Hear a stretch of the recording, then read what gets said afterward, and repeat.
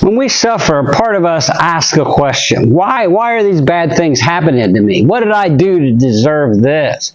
Why do bad things happen to good people? When someone in our life is suffering, why would God allow this to happen?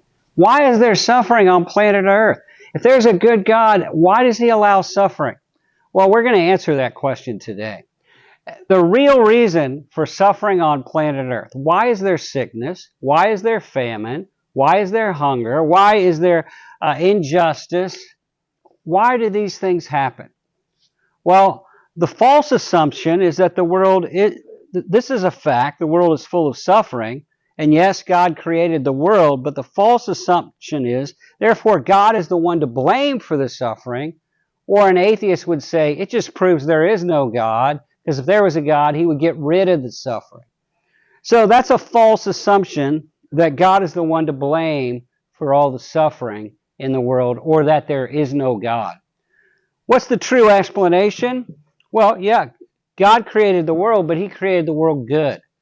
Again and again in Genesis 1, it says, God looked at what He created and said, it's good. It's good.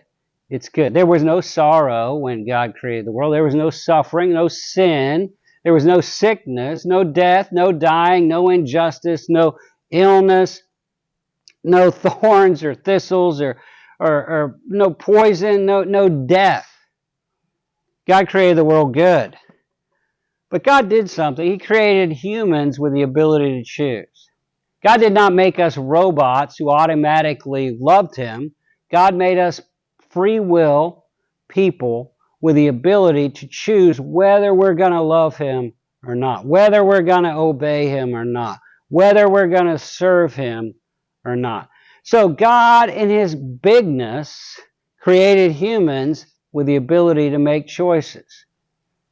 The problem is people chose evil. Adam and Eve chose, God had one rule: don't eat of the tree of the knowledge of good and evil. And they broke it. They ate of the tree of the knowledge of good and evil. We've proven the same thing. We break God's rules. We disobey God's laws. We do our own thing. We do what looks good to us, what we think is going to make us feel better, what's going to give us more authority or power or control. Just like Adam and Eve, we would choose evil as well. Well, Adam and Eve chose evil. What happened?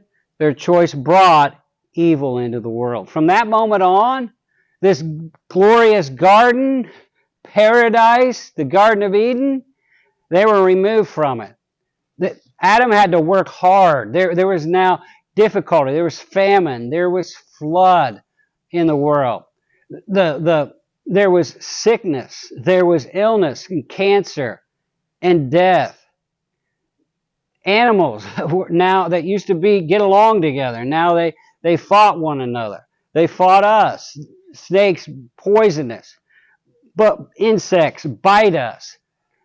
The whole creation groaning, it says, waiting redemption, waiting restoration.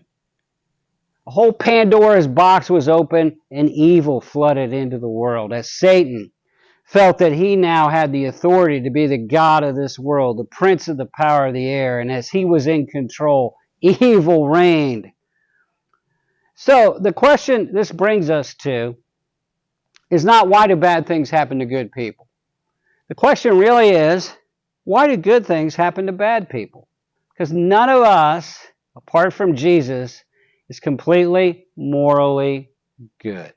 We've all disobeyed God. We've all sinned. So why does God allow so many good things to happen to us, bad people? Why do we have air? Why do we have water? Why does God give us family and friends and the church and salvation? Because God loves us. God does good things for bad people. He did the best thing for us you could possibly do.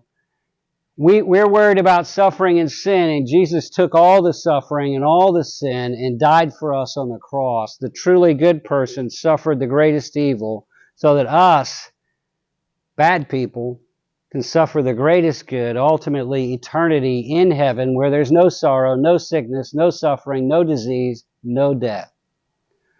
So, when you're wondering why bad things happen to good people, instead of questioning God, it would be better to thank God for all the blessings He has given you and all the blessings God is producing in you and for you and through the suffering that you're experiencing right now.